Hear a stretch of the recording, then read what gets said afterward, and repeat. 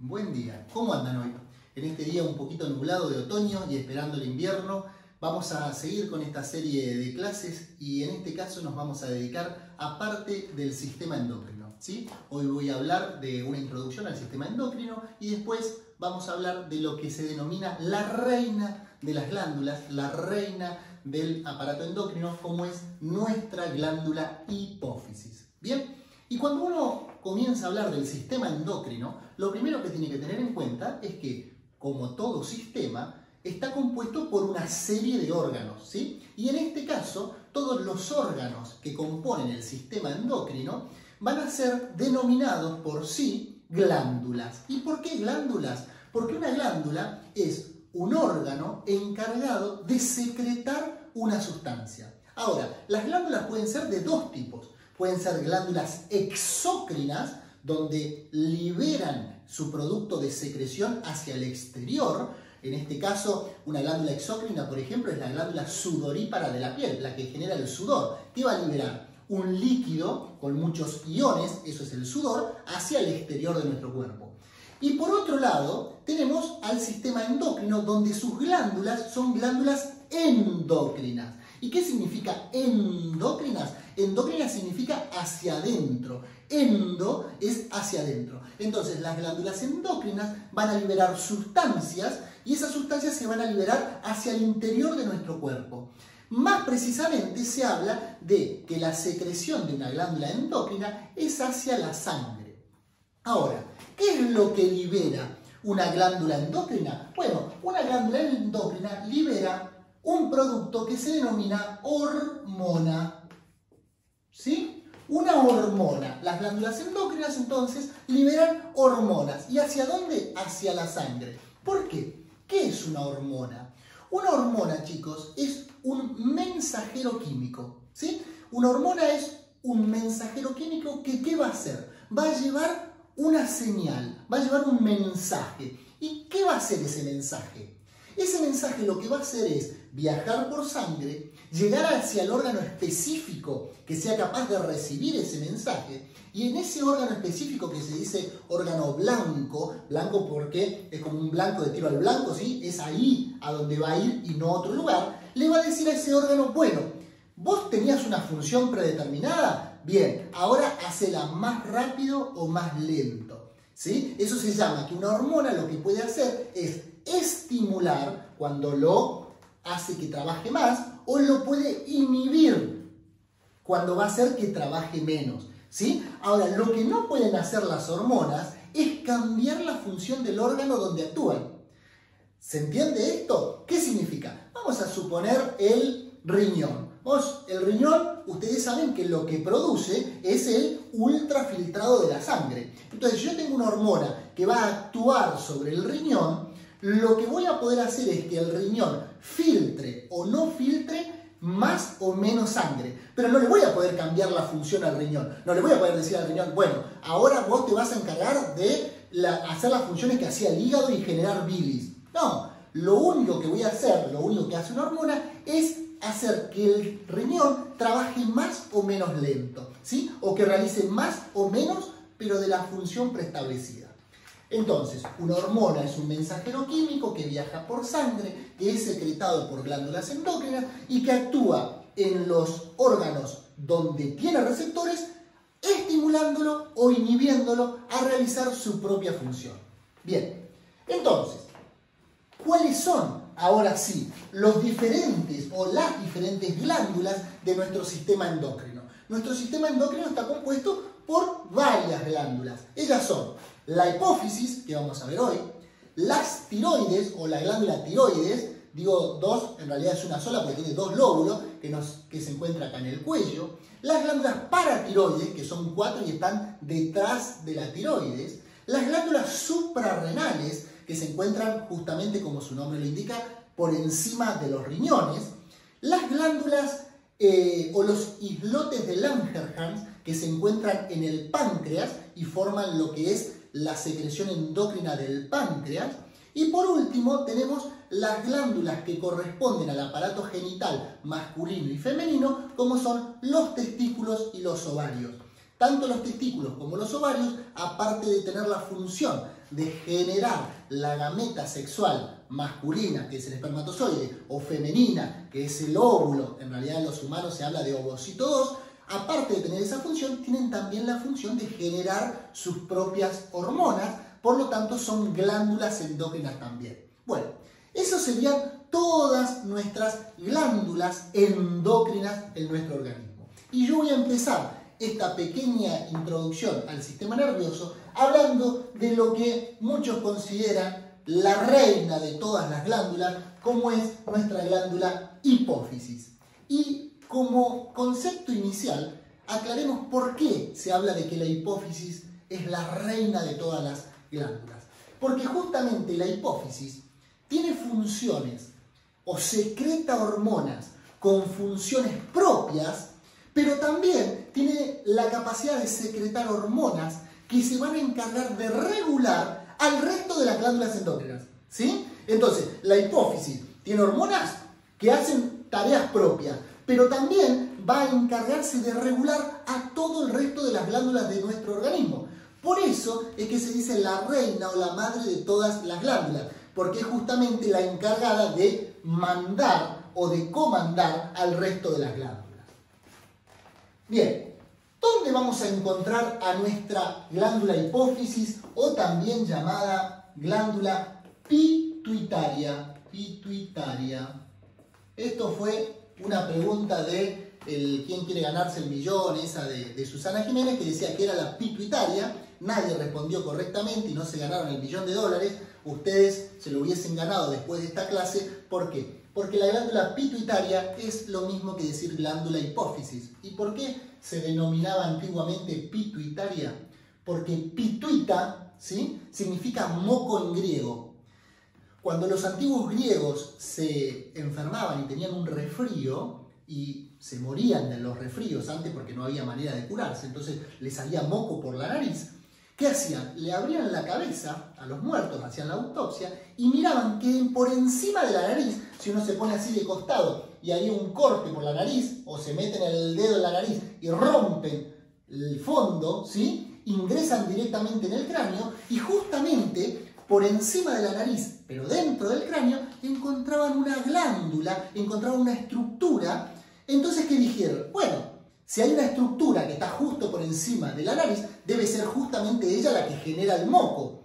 Por eso, si pituita es moco, le vamos a llamar a la glándula que produce el moco pituitaria. Bueno, nada más incorrecto que esto. El moco se generaba en la propia nariz, en las células epiteliales de la nariz, y la pituitaria, que estaba dentro del cerebro, generaba otra cosa totalmente distinta. Pero lo que sí nos queda claro con esto es que si uno pudiese meterse dentro del cráneo siguiendo la línea de las fosas nasales, justo en la base del cráneo hay una estructura que se denomina silla turca. Es como si fuese una montura de caballo, ¿sí?, que tiene así. Eso es la silla turca. Y apoyada en la base del cráneo, justo en el centro de nuestra cabeza o en el centro de nuestra cavidad craneana, se encuentra la silla turca, que es una estructura ósea, de hueso, que sostiene a nuestra glándula hipófisis, ¿sí? Entonces, ¿dónde encuentro a la hipófisis? Anatómicamente, apoyada en la silla turca que está en la base del cráneo.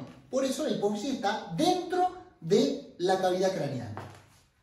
Y si uno vuelvo a la posición esta anatómica, y Dios no lo permite, pero me cortan la cabeza así, track, hago un corte sagital acá del cuerpo, justo al medio, y me miro como me están viendo ustedes, y voy a dibujar a la hipófisis acá, como si ustedes me verían de ahí. ¿Y cómo sería un esquema de nuestra famosa hipófisis? Sería algo más o menos como esto así.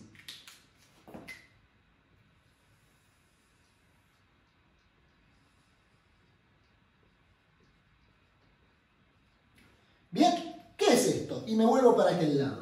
La hipófisis se dice que está compuesta por 2 o 3 grandes partes. Esto que tenemos acá arriba, ¿bien? Esto es como una prolongación y todo esto es la hipófisis. Esto que está acá arriba, esto es el hipotálamo. El hipotálamo, que es una parte de nuestro sistema nervioso, envía una prolongación, ¿sí? Envía una prolongación y va a formar esta parte posterior, esta es la parte de atrás, ¿sí? O posterior, esto es posterior y esto es anterior, va a formar la parte posterior de la hipófisis que se llama neurohipófisis.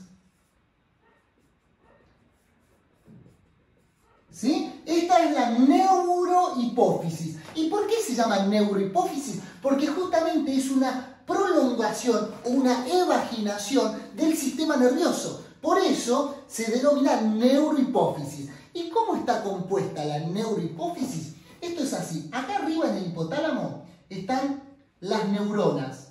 ¿Bien? Hay muchos cuerpos neuronales. Generalmente se habla de que son dos núcleos hipotalámicos, como son, no importa, pero para que después no digan que no se los mencioné, están dos núcleos hipotalámicos que son el núcleo supraóptico y paraventricular. Se los menciono por las dudas. Pero estas neuronas envían sus axones, sus prolongaciones, que van a ir a parar justamente acá, a la neurohipófisis. Por lo tanto, si uno tuviese que decir cómo está compuesta la neurohipófisis, está compuesta por la prolongación o por las prolongaciones que vienen desde el hipotálamo. ¿Y hay algo más aparte de estas prolongaciones? Sí, hay unas pequeñas células, hay unas pequeñas celulitas que le van a dar sostén a todo esto y que son células de la glía. O sea, nuestro sistema nervioso tenía neuronas y células de la glía. Las neuronas eran las células que formaban y hacían la función del sistema nervioso y las células de la glía le daban sostén. Bueno, estas células que le dan sostén a todo esto, fíjense en cómo se llaman, se denominan pituicitos. ¿Sí? Los famosos pituicitos. ¿Por qué? Si esta era la glándula pituitaria, estos son los pituicitos. Bien, entonces, tenemos que la neurohipófisis es una prolongación del hipotálamo y está compuesta por las prolongaciones y células de la glía. Luego tenemos esto que está acá, este otro lóbulo anterior, que se denomina adenohipófisis.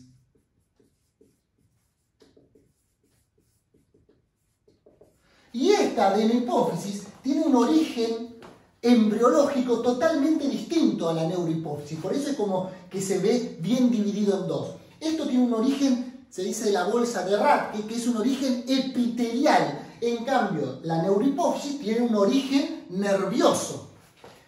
Y esta adenohipófisis, vamos a ver que está compuesta también por células de tipo epitelial, y básicamente, según el tipo de tinción que tomen estas células, se pueden denominar en dos grupos, en células acidófilas y células basófilas. Y esto no es caprichoso que lo escribo en acidófilos y basófilas, porque las células basófilas, cuando uno las mira al microscopio, se ven azules, y las células acidófilas, cuando uno las mira al microscopio, se ven rojas. ¿Bien? Entonces, acá hay dos tipos celulares en la adenohipófisis, las células acidófilas y células basófilas. Pero también tengo esto. Esta porción de acá de la hipófisis, que justamente está en el medio entre la neurohipófisis y la adenohipófisis, que se llama pars, como parte, pars intermedia. ¿Sí? La pars intermedia está en el medio de los dos lóbulos de la hipófisis. ¿Y algo más podemos mencionar de la estructura de la hipófisis? Bueno, podemos decir que esta porción de acá, que baja del hipotálamo, a esto se lo denomina tallo. Tallo hipofisiario.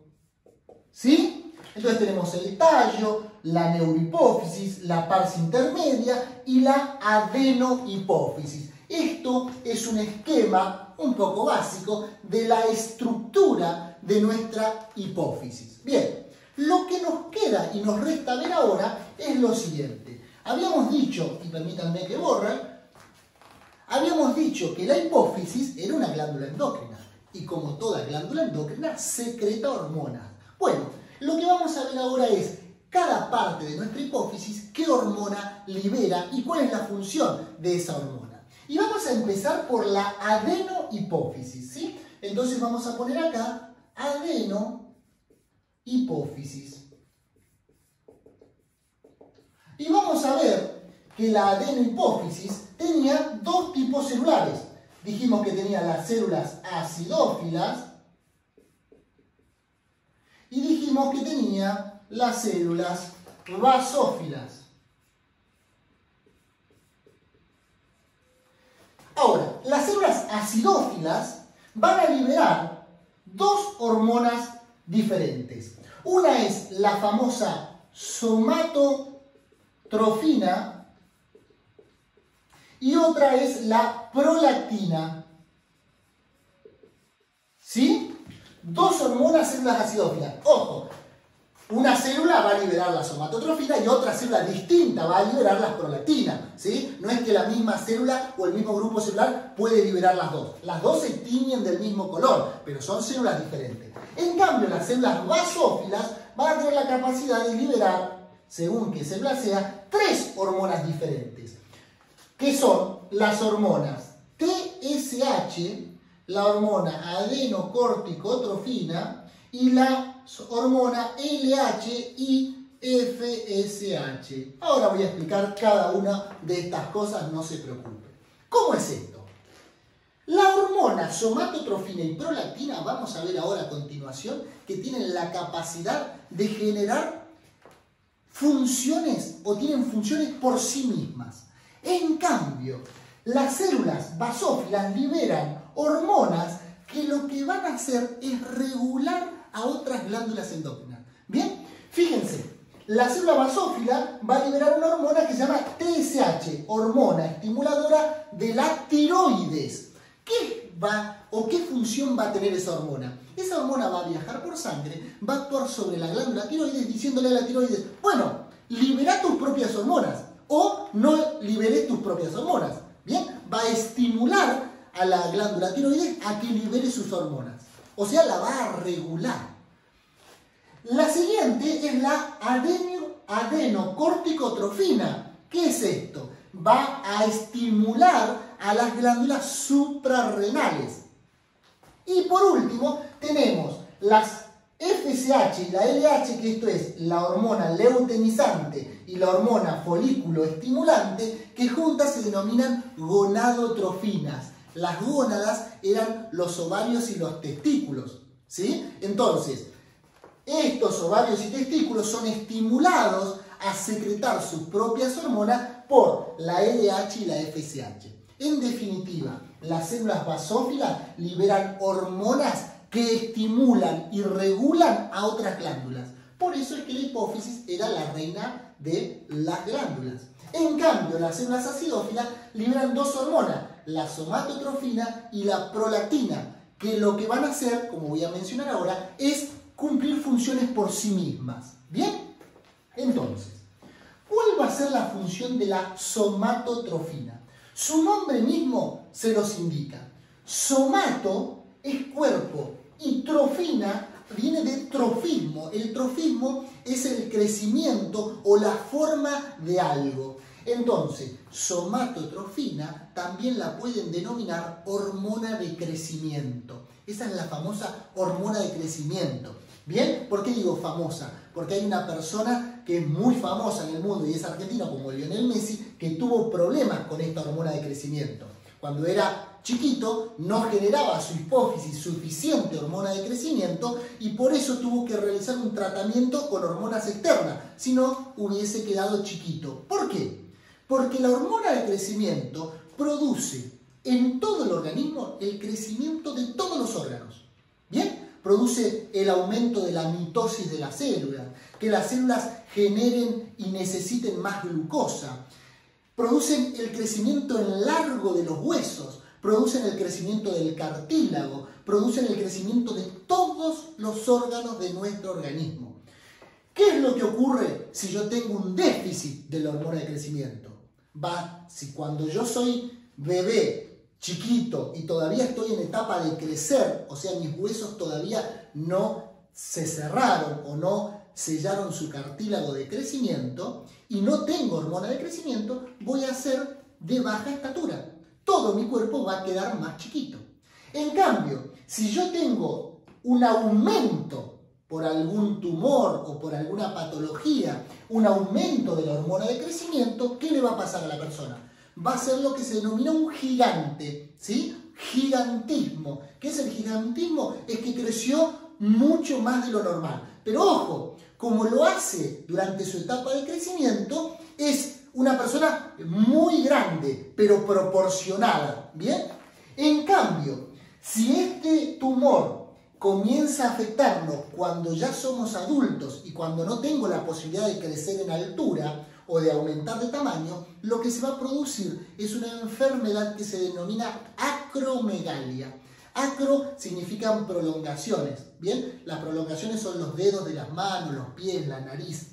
Entonces, la acromegalia genera crecimiento desproporcionado de dedos, pies, labios, nariz grande, ¿bien? Hay fotos muy evidentes de personajes en la historia que han tenido esta acromegalia, ¿sí? Después búsquenla en internet, pongan acromegalia y van a ver fotos de esto. Pero sepan que los déficits de la somatotrofina produce menor crecimiento y los aumentos de la hormona de crecimiento obviamente produce aumento de crecimiento de los órganos de nuestro cuerpo. Bien, por otro lado tenemos a la famosa prolactina, ¿bien? ¿Cuál es la función propia que tiene la prolactina? La prolactina se va a encargar, sobre todo en las mujeres, esto no significa que los hombres no tengan niveles de prolactina, tienen pero mucho menores, pero en las mujeres de preparar la glándula mamaria para el amamantamiento. ¿Cómo es esto? Cuando una mujer queda embarazada, empiezan a elevarse los niveles de prolactina y empieza a producirse y a generarse en la glándula mamaria un crecimiento de la glándula. No solo genera un crecimiento, sino que hace que esa glándula mamaria, que no es una glándula endógena, es exógena porque va a liberar leche hacia el exterior, va a producir justamente leche, ¿sí? Genera el crecimiento de la mama y la producción de leche. Fíjense, prolactina, lactina es lácteo, o sea, prolácteo, produce leche, ¿bien? ¿Dónde? En las glándulas mamarias. ¿Para cuándo? Para cuando el bebé necesite amamantarse luego del nacimiento. Somatotrofina y prolactina. Bien. Dijimos que las células basófilas ahora liberan 3 tipos de hormonas. Y estas hormonas lo que van a realizar es estimular a otras glándulas endócrinas de nuestro cuerpo. Para eso voy a permitirme borrar un poquito acá y voy a tener que hablar sí o sí y necesariamente de lo que es el famoso feedback. ¿Sí? Feedback. ¿Sí? Feedback. Un mecanismo de retroalimentación de las hormonas y glándulas. ¿Por qué? Nuestras hormonas, chicos, tienen la capacidad de influir mucho en los órganos de nuestro organismo. Por lo tanto, si se produce una desregulación, una alteración en los niveles hormonales, empezamos a tener muchos problemas de diferentes tipos en nuestro organismo según la glándula afectada. Por eso, lo que hace nuestro organismo es poner muchos niveles de control para que todo esto esté muy regulado y que no se descompagine. ¿Bien? Y en nuestro organismo básicamente tenemos 3 niveles de control de nuestro sistema hormonal. ¿Cuáles son? Son los siguientes. Lo más arriba que tenemos, el nivel más alto, es el famoso hipotálamo. Después tenemos a la hipófisis. Y después tenemos algunas de las 3 glándulas que les mencioné. Yo voy a mencionar, por ejemplo, acá la tiroides. Pero pueden ser también las glándulas suprarrenales. O pueden ser las gónadas. ¿Sí? Estos 3 son un mismo nivel, es una u otra. Después tenemos la hipófisis y después tenemos el hipotálamo. ¿Cómo es esto? El hipotálamo va a producir ciertas hormonas, ciertas sustancias que van a viajar por sangre y le van a decir a la hipófisis, lo van a estimular, ¿sí? Le van a decir, bueno, ahora producí tus hormonas. Van a estimular a la hipófisis. Y habíamos dicho que la hipófisis, sobre todo la adenohipófisis, tenía la capacidad de liberar una hormona que iba a estimular acá a la tiroides. otra que iba a estimular a las glándulas suprarrenales y por último a las gónadas. ¿Bien? Entonces, esta hipófisis tiene la capacidad de estimular a cualquiera de estas tres. Esto que acabo de poner, esto significa un feedback positivo. ¿Por qué? Porque el hipotálamo estimula a la hipófisis y la hipófisis a su vez estimula a estas glándulas para que liberen sus propias hormonas. ¿Cómo se denominan las sustancias que libera el hipotálamo y que estimulan a la hipófisis? Se denominan factores liberadores, ¿sí? Entonces voy a tener un factor liberador de la tirotrofina, un factor liberador de la adenocorticotrofina y un factor liberador de las gonadotrofinas. ¿Bien? Para cada una de las hormonas que libera la hipófisis, la adenohipófisis, tengo un factor liberador hipotalámico. ¿Bien? ¿Qué es lo que ocurre? Voy a poner de ejemplo la tiroides. La tiroides, cuando es estimulada por la tirotrofina, ¿sí? La TSH de la hipófisis, va a liberar sus propias hormonas, que ¿cuáles son? T3 y T4. Esto es para otra clase que vamos a ver más adelante, pero bueno, estas son las propias hormonas de la glándula tiroides. Y las T3 y la T4 tienen un montón de funciones, regulan el metabolismo basal, la temperatura corporal, etc.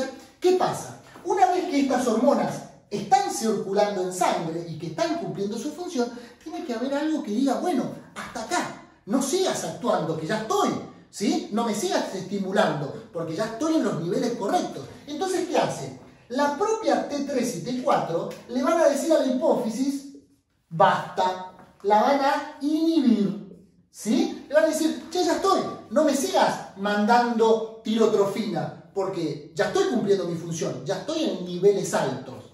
Y a su vez también le van a decir al hipotálamo, che, basta, deja de liberar el factor liberador, porque ya estoy en los niveles.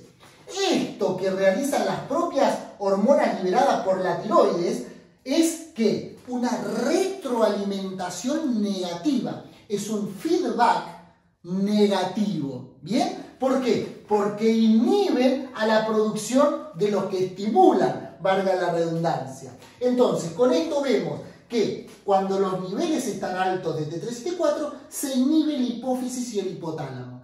Cuando estos niveles, porque se empiezan a usar las hormonas, empiezan a descender, esto deja de estar y comienza otra vez la estimulación.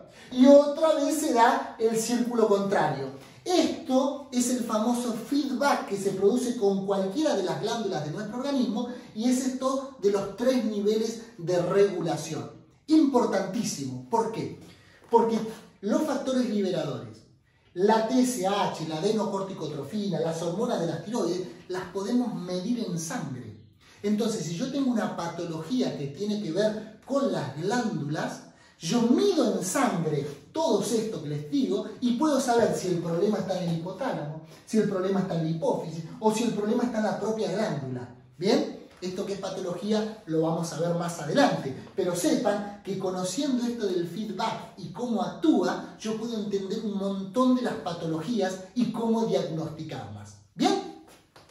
Lamentablemente no tengo yo este feedback con ustedes, este intercambio de que ustedes me puedan decir si me estoy explicando bien o no, pero voy a suponer que lo dejé claro y si no, me mandan un mensajito, me hacen una aclaración y lo vuelvo a explicar, como siempre digo, 50 veces. Así que sigamos avanzando.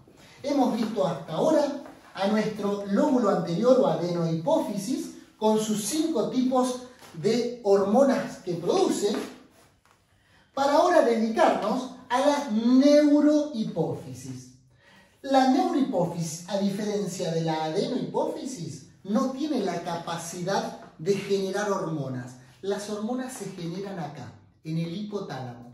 Viajan a la neurohipófisis y se acumulan en la neurohipófisis. Y es la neurohipófisis la que libera hormonas, pero no las produce, se producen acá. En cambio, la adenohipófisis produce sus hormonas y las libera. ¿Bien? Una pequeña diferencia. ¿Cuáles son las 2 hormonas de nuestra neurohipófisis? La neurohipófisis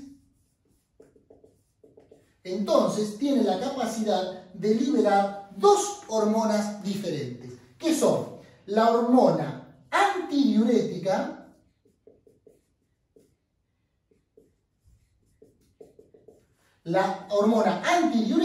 y la hormona oxitocina.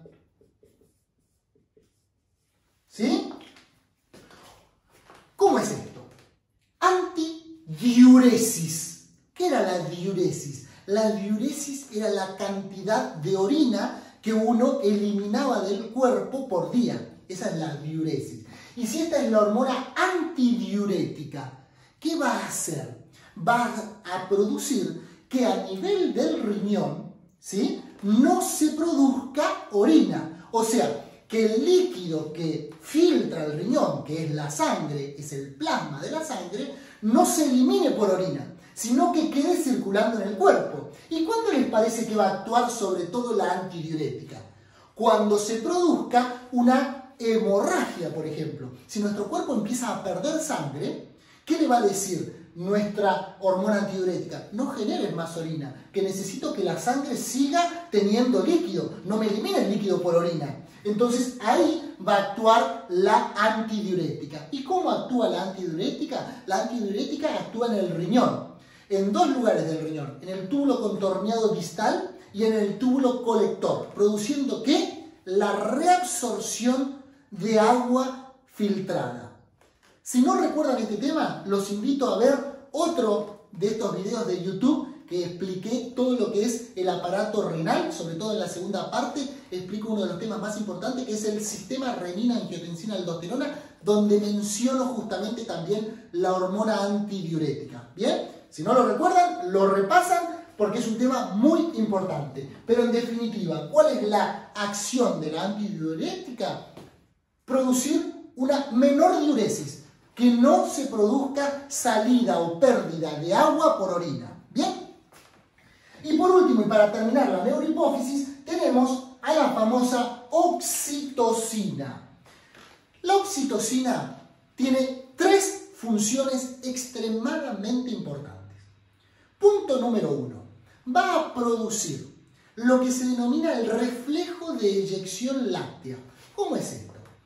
Cuando la mujer tiene un bebé, ya preparó previamente su mama, la hizo crecer y generó leche por medio de otra hormona que era la prolactina. Pero cada vez que la mamá pone en su pecho y el bebé empieza a succionar el pezón, se produce un reflejo nervioso, fíjense la rapidez, que viaja hasta el hipotálamo de la madre. El hipotálamo envía una señal para que desde la neurohipófisis se libere oxitocina. La oxitocina viaja por sangre, llega al músculo liso que rodea a la glándula mamaria, produce la contracción del músculo liso y la eyección de leche. ¿Bien? Fíjense la rapidez de todo esto, que el bebé hace una o dos succiones del pezón y ya empieza a salir leche. Y todo esto es un reflejo producto de la acción de la oxitocina. Entonces, primera función de la oxitocina, eyección de la leche. No confundirse, la prolactina genera leche, pero el que hace salir a la leche de la mama materna es la oxitocina. Segunda función, previo a que el bebé pueda amamantarse, el bebé tiene que haber salido del cuerpo de la mamá. O sea, la oxitocina es la encargada de producir la contracción del útero durante el parto. ¿Vieron cuando la mujer comienza con contracciones y dice, me empezó a doler? Lo que está ocurriendo es que el útero se empieza a contraer. ¿Quién produce la contracción del músculo liso uterino? La oxitocina. Entonces, ¿qué les parece que ocurre con la oxitocina durante el parto? Aumenta los niveles, ¿sí? Cuando el bebé está maduro, se envía una señal al cerebro, el cerebro le dice a la hipófisis, a la neurohipófisis, libera oxitocina, se empieza a liberar pulsátilmente oxitocina, y la oxitocina tiene tanta, pero tanta fuerza sobre el útero, ¿sí?, o realiza un estímulo tan potente sobre el músculo uterino que produce la salida del bebé del cuerpo de la madre. Entonces, segunda función de la oxitocina, movimientos o contracción del músculo uterino. Y la tercera función, de una vital importancia y que siempre la menciono, y ahora van a entender por qué, es que la oxitocina, una vez que el bebé salió del útero, ¿qué es lo que ocurre? El bebé está unido al útero mediante la placenta. La placenta, no sé si alguien alguna vez, alguna mujer o algún varón que presenció un parto, vio, es como si fuese una plancha, ¿sí?, de este tamaño, ¿sí?, más o menos así. Esa plancha que está apoyada sobre la pared del útero, cuando se arranca después del parto, es como si fuese un gran vaso sanguíneo, porque son muchos vasitos sanguíneos que empiezan a sangrar. Por eso en el parto se sangra tanto, porque cuando se arranca la placenta, todo eso era la circulación que mantenía con vida al bebé. Si en ese momento no hubiese acción de la oxitocina, que ¿qué es lo que hace la oxitocina? Contrae el útero en el posparto tan pero tan fuerte que por compresión produce la detención de la hemorragia de los vasos del útero. ¿Se entendió? Entonces, el útero se contrae tan pero tan fuerte que presiona los vasos sanguíneos para que deje de sangrar. Si no hubiese oxitocina, la mujer se moriría desangrada, porque no hay ningún mecanismo que corte el sangrado uterino. ¿Bien? Entonces, función durante el parto para sacar al bebé del cuerpo de la mamá y función después del parto para contraer tan fuerte el útero que produce una detención de la hemorragia uterina. ¿Por qué les parece que es tan importante y hago tanto hincapié en esta oxitocina?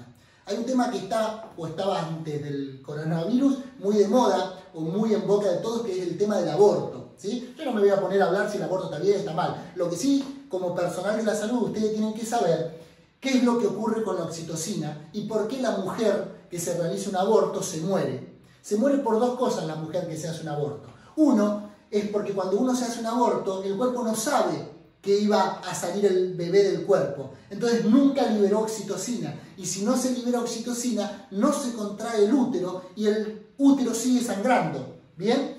Y en lo segundo es que un útero que sigue sangrando se infecta. Y eso que se infecta es un síndrome muy, pero muy complicado que se llama síndrome de Mondor y es una infección generalizada y por eso una mujer se muere.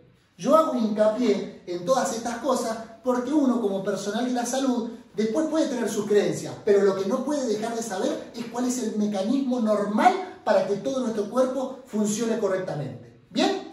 ¿Se entendió esto? Fíjense que me puse serio acá. Entonces, dos hormonas de nuestra neurohipófisis, antidiurética y oxitocina.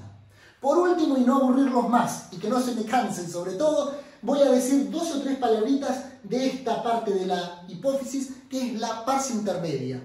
La pars intermedia tiene por función liberar una hormona que se llama melanocítico estimulante, ¿sí? ¿Qué es lo que va a hacer esta hormona?